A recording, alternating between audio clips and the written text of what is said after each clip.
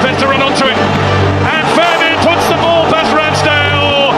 Barcelona have Lewandowski. Does not miss those. Oh, it's going in. Trying to find a room to go.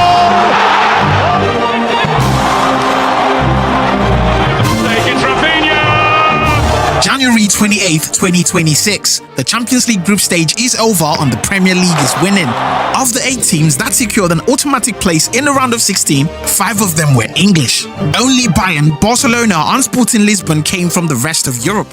Let me tell you something. Barcelona wouldn't make it to the top 10 of the Premier League. It cannot happen. Like, I cannot even phantom it. I don't even know how they are first in that their farmers league.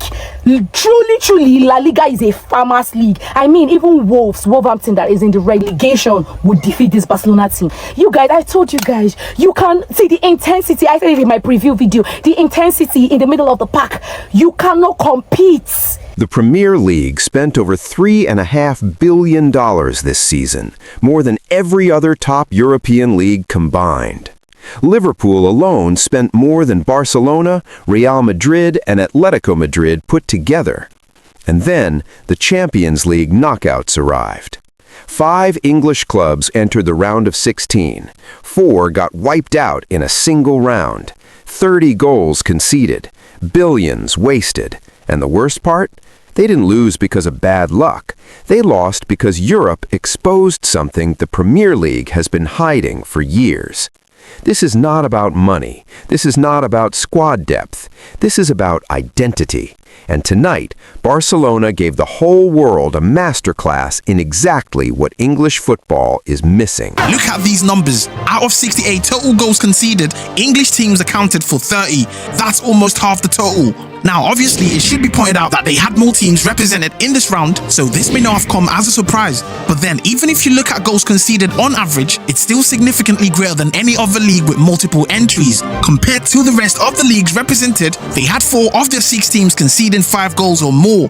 Now, here's where it gets even more interesting. If you compare the total spend in the transfer market across Europe's top 5 leagues this season, the Premier League had a total spend of 3.56 billion compared to 3.36 billion spent by the other 4 leagues combined. 3 times as much as the Italian league and 5 times more than League One.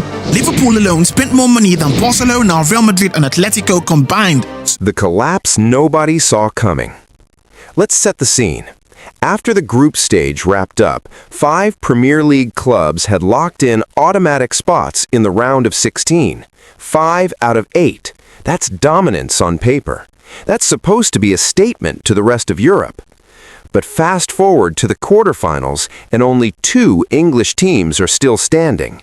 4 clubs got wiped out in a single round. Meanwhile, Spain didn't lose a single team from the previous stage, not one. Now here's where the numbers get genuinely uncomfortable. English clubs gave up 30 goals out of 68 total conceded across the entire round. That's nearly half the goals in the whole stage, coming from teams that spent the most money in world football this season. The Premier League dropped $3.56 billion in the transfer market. The other 4 top European leagues combined, $3.36 billion. Liverpool alone spent more than Barcelona, Real Madrid, and Atletico Madrid put together, and yet the results were humiliating. So what is actually going on here? Physicality versus technicality. Now, obviously, when it comes to this, as far as the eye test goes, technicality will always trump physicality for me. If all that mattered in a football game was results, then no one would bother watching actual football games. We can all just get the results of the internet at the end of the game. But that's seldom the case. We appreciate how the game is played, the style of football, the tactics, the skills, and the flair. All of the things that elevate the aesthetic quality of the game. It's why some competitions get more traction than others. We appreciate art. And physicality versus technicality, the identity crisis. Here's my honest take. The Premier League has become so obsessed with results that it's slowly losing what makes football beautiful in the first place. We've been hearing it from pundits for weeks now. Games are being won through set pieces, intensity, and sheer physicality. And hey, wins are wins, right? That's what the league rewards. But when you take that same approach into Europe against teams like Barcelona, Bayern Munich, or PSG, it becomes a completely different problem. Newcastle showed up to the new camp with a clear game plan. Man marking all over the pitch, high intensity, disrupt Barcelona's rhythm, win the second balls, grind out a result. And honestly, for 45 minutes, it worked. Newcastle went into halftime with a lead. But here's the brutal truth about playing physical against a technical team. They don't fight back the same way. They don't go blow for blow. They go around you. They pass through your press. They drag you out of position over and over until your legs give out and your brain shuts down. And that's exactly what Barcelona did in that second half. They didn't overpower Newcastle, they outthought them. Now, Newcastle came with a clear plan, physicality and intensity. They chose to adopt a man-to-man marking system all around the pitch to disrupt Barcelona's ability to create chances. And it worked, well, for 45 minutes at least. The problem with this is, it could work when you play against Sunderland or Chelsea in the Premier League, where styles are broadly similar. But against highly technical teams like Barcelona, Bayern or PSG, that's a different kettle of fish. These teams aren't looking to go blow for blow, and I mean that literally. They use their technicality to work you physically, they play around you, and in some cases, play through your press till you eventually run out of gas. Guys, if you don't believe me, just look at Barcelona's fourth goal in a game. The level of technicality in this build-up is just elite. We spoke about this in the previous video. To break the man-to-man press, you need to deploy positional play. We saw it with Mark Bernal against Sevilla. It's the movement to drag the marker away from position that opens up the spaces in defense.